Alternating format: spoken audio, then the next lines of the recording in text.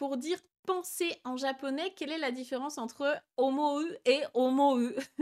2 verbes qui ont, du coup 2 kanji différents, mais qui se prononcent pareil. C'est quoi la différence entre omou et omoru? Alors le premier omou, celui qui a la rizière et le cœur.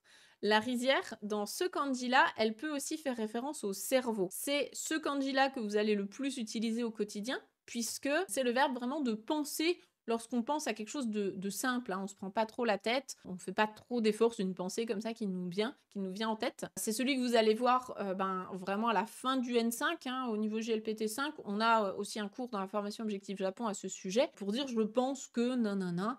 Donc par exemple, je pense que c'est bien. "いいと思います", je pense que c'est bien. Voilà. Tiens, je pense que je vais faire ça ou je pense que je vais pas faire ça. Tout ça, c'est le verbe omoe avec le kanji simple. Par exemple, je pense que je vais pas aller à la fête, hein. Party ni ikanai to omoimasu. Je pense que je ne vais pas aller à la fête. Voilà, c'est des petites pensées assez simples.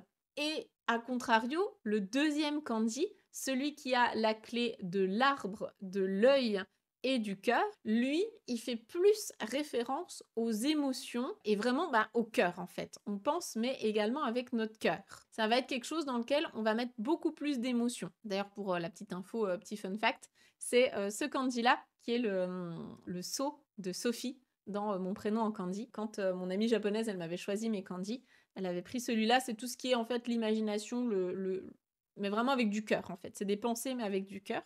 Et moi j'aime beaucoup ce kanji. Donc typiquement, tu peux le voir dans des phrases un petit peu toutes faites, comme par exemple, je vous envoie en fait mes tendres pensées entre guillemets, hein. Recevez mes sentiments. Je sais pas si on dirait ça en français, mais ce serait un petit peu la traduction ici de kono omoi, donc cette pensée, kono omoi o uketomete kudasai, recevez ces pensées. Donc voilà, c'est une petite formulation un peu toute faite. Et justement, quand tu parles des pensées, donc quand tu dis mettre toutes ces sentiments, ces émotions, en fait, ces pensées, émotions, sentiments en même temps, donc chanter avec ses émotions, avec ses sentiments, ce serait donc omoi o komete, donc en incluant ses sentiments, omoi o komete utau, chanter en mettant des sentiments dedans, en mettant ses pensées. C'est un petit peu plus fort.